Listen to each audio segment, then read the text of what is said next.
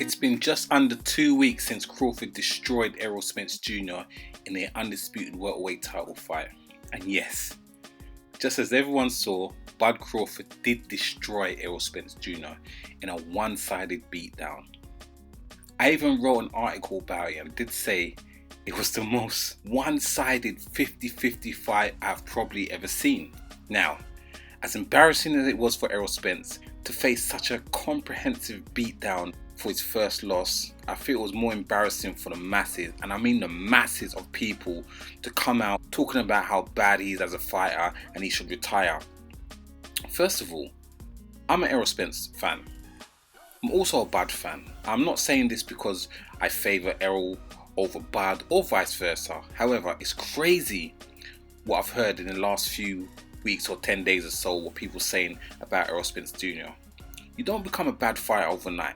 There have been many fighters who have taken a loss, admittedly not as bad as beating as Errol Spence from Bud, but at the same time many of top boxers took losses from fighters who were not regarded as the best boxer in their era. They've taken bad losses to good, decent and average boxers, not the absolute best fighter of their era. I find it typical of this social media era, worse especially from people who was never brave enough to lace up gloves and step inside a ring, or fighters who will never make it to the same level as Errol Spence, to have the cheek and audacity to ridicule him at such a level. Yes, fair enough, tell him he got a bad beatdown. Fair enough, that's true. But to talk like all of a sudden he's a bad fighter, come on. This is a guy who went and chased down the belts at welterweight. He was the one who made the undisputed fight happen. He held 3 belts. People seem to forget this is only his 3rd fight since his car crash in 2019. He took no tune-up fights, came back, fought Danny Garcia. Then was meant to be fighting Manny Pacquiao, only to be struck down again by a retina injury and had to have an operation that stopped his fight with Pacquiao.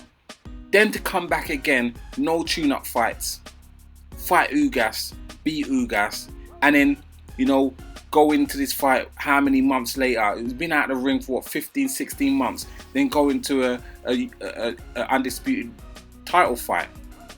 Fair enough. I get many will say this is just excuses. But to be honest, these are facts, not excuses. I still said he had a bad beatdown by Bud. I still said he got destroyed by Bud. I still said he's one of the most one-sided 50-50 fights you can ever see.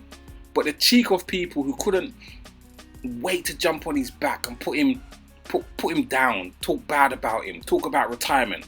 Maybe, just maybe, he's experiencing residual effects of the car crash. For someone who's been in a car crash, had a bad car crash, your body in the next few years after that really does go through a change, does make a difference.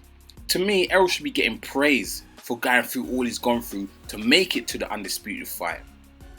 But hey, what if, just maybe, who knows, up at 154, what if Errol shakes off that rust, gets stronger at a higher weight, gets his strength back? What if he gets back to his best at 154, does what now looks like the unthinkable and beats Bud in a rematch at 154? What are you going to say? Bud's a bad fighter now. Anyway, my time.